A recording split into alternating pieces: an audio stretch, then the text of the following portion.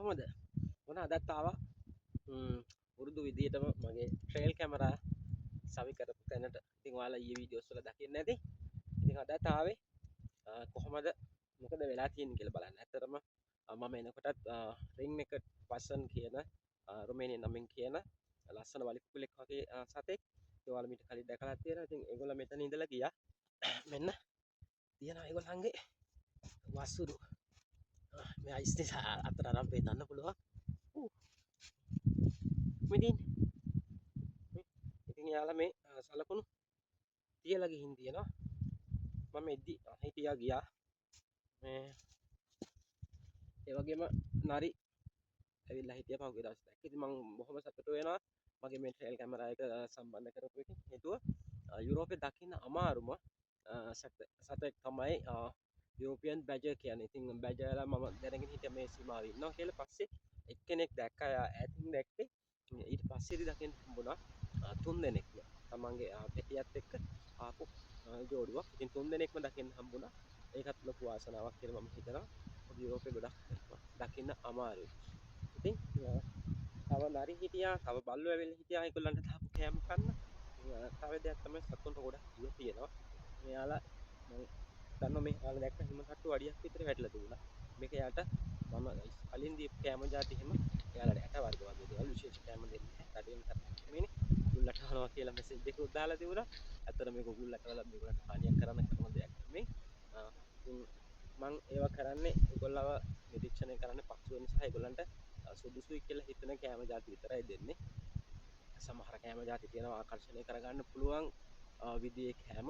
ඉතින් ඒවා වනජීවීන් ගැන අධ්‍යයනය කරන සහ ඒ ශේෂ්ත්‍රවල ඉන්න අය දන්නවා. ඉතින් ඒවා මම කියන්න යන්නේ නැහැ. මොකද ඒවා ඒගොල්ලන්ට හානියක් වෙන විදිහට භාවිතා වෙයි කියලා. ඉතින් ඉදිරියේදී බලමු කොහොමද ඒවා පාවිච්චි කරලා සතුන් ගෙන්න ගන්න කියලා. හානියක් වෙන නිසා මම ඒවා ගැන කතා කරන්න කැමති නැහැ. හිම જાතිත් තියෙනවා. ඉතින් මම සාමාන්‍යයෙන් දුන්නේ ඒගොල්ලන්ට නිදහසේ ඇවිල්ලා ඒගොල්ලෝ පුරුදු කැම જાති යටවත් කීපයක් විතරයි. ඔන්නෝම තමයි යුරෝපයේ ඉන්න සතුන් බලන්න මට හැකියාව හම්බුනේ ට්‍රේල් කැමරා එකකින්. ඉතින් මාත් එක්ක එකතු වෙලා හිටපු ඔයාලට ගොඩක් ස්තුතියි. මොකද දැන් මං හිතන්නේ හිම දියවි කියලා ආයි පිටින් වැටෙන්නේ ඉතයි. ඉතින් මේ දවස් ටිකේ බලපුවත් එක බැලුවෙන් පස්සේ අපි ගොඩක් වාසනාවන්තයි. මොකද අපිට සතුන් කීප දෙනෙක්ම දකින්න හම්බුණා. ඉතින් මම හිතනවා මම ඒ ලැබපු සතුට තෘප්තිය ඔයගලන්ට ලැබුණා අපිට බෙදා ගන්න හම්බුණා. ඉතින් බොහොම ගෞරවයෙන් ආදරයෙන් ඔයාලා හැමෝම මතක් කරනවා මාව සබ්ස්ක්‍රයිබ් කරලා තිබුණා. මොනවාද ෆලෝ කරලා තිබ්බා. ඉතින් ෆලෝස් බොහොම අඩුයි ෆලෝ කරන්න. එතකොට මට පුළුවන් මේ තියෙන උපකරණ ඔයාලා දන්නවා ලංකාවේ අය. ඉතින් මම හම්බන්තොට තිස්ස මහරාමේ. ඉතින් අපිට ආසන්නෙම තියෙන යාල වටේම වනෝද්‍යාන තියෙනවා. බූන්දල උඩවලව. ඉතින් ඒ වගේ ඉන්න සත්තුගේ හැසිරීම පවා රාත්‍රී කාලේදී තියෙන ඒවා කොහොමද කියලා ඉතින් රහසිගතවම අපිට මගේ මේ තියෙන ඒවා පාවිච්චි කරලා අපිට ඒගොල්ලව ග්‍රහණය කරගෙන ලෝකෙට ගෙනියන්න පුළුවන්. ලංකාවේ තියෙන සුන්දරත්වය රාත්‍රී කොහොමද මේගොල්ලන්ගේ හැසිරීම කියන ඒවා අපිට ලෝකෙට ගෙනියන්න පුළුවන්. එන අයට පෙන්වන්න පුළුවන්. මොකද දැනටත් ගොඩක් යුරෝපීය ජාතිකයෝ මාව ෆලෝ කරලා මාත් එක්ක පේජ් එකේ ඉන්නවා. YouTube channel එකත් එක්ක සම්බන්ධ වෙලා ඉන්නවා. ඒ නිසා පුළුවන් වේවි අපේ සුන්දර රටේ තියෙන සුන්දර සතුන් ගැන අපේ ලංකාවේ ගොඩක් අය මේ ගැන දැනට ලෝකෙට අරගෙන යනවා. ඉතින් ඒ අරගෙන යන අයත් එක්කම එකතු වෙලා මටත් පුළුවන් වෙයි මගේ උපරිමයෙන් යමක් කරලා ඒගොල්ලන්ට පෙන්වන්න. ඒ නිසා ඔයාලගේ අතේ තමයි තියෙන්නේ මම කොච්චර දුරට මේකත් එක්ක අරගෙන යනවද කියලා. මොකද ඔයාලා වැඩි වෙන්න තමයි මගේ මේ දේවල් ව්‍යාප්ත වෙලා යන්නේ. ඒ නිසා අනිවාර්යයෙන්ම සහයෝගයක් දෙන්න ෆලෝ කරන්න.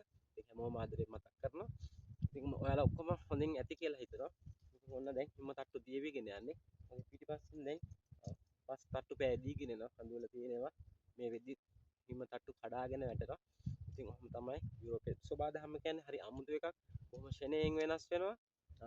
ඉතින් ඒ ෂණයෙන් වෙනස් වෙන එක තමයි ගිය සතියේ මම බලද්දි කොහොම මේ වගේ වේලි පරිසරයක් තිබ්බේ. ඉතින් දැන් සුදු පාටින් වැහිලා.